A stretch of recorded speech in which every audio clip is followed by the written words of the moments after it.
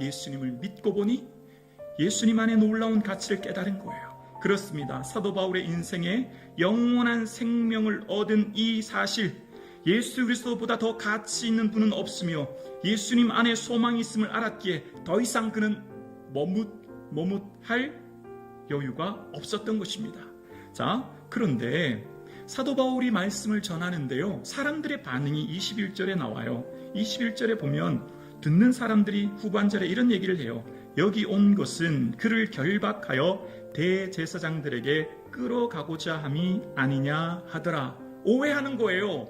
사도 바울을 스파이로 생각한 거예요. 그러니까 저 사람이 스파이로 몰래 우리한테 와서 한꺼번에 일망타진해서 모두를 감옥에 데려가려고 하는 것 아닌가라고 하며 예수를 믿는 그 도를 따르는 사람들은, 그리고 많은 사람들을 그를 오해하고 믿지 않은 겁니다. 그럼에도 불구하고 사도 바울의 모습이요, 22절에 나오는데요, 포기하지 않아요. 사울은 힘을 더 얻어 예수를 그리스도라 증언합니다.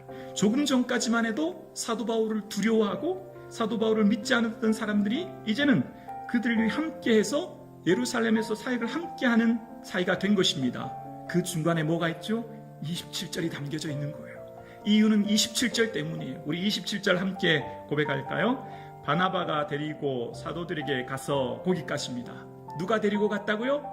바나바가 사울을 데리고 갔다는 거예요. 그러면 열쇠가 어디에 있죠? 바나바가 사울을 추천했기 때문에 그 사람들은 바나바를 보고 사울을 바나바의 보증으로, 추천으로 사도 바울을 받아들였다는 거예요. 그러니까 다시 말하면 초대교회 성도들은 누구 때문에 사울을 받아줬죠? 바나바 때문에.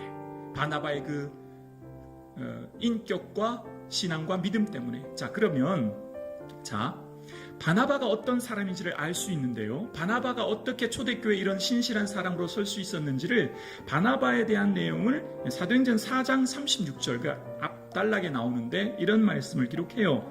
구브로에서 난 레위족이 사람이 있으니 이름은 요셉이라. 사도들이 일컬어 바나바라, 번역하면 위로의 아들이라 하니 그가 밭이 있음에 팔아 그 값을 가지고 사도들의 발 앞에 두니라. 원래 이 사람의 이름은 요셉이라고 합니다.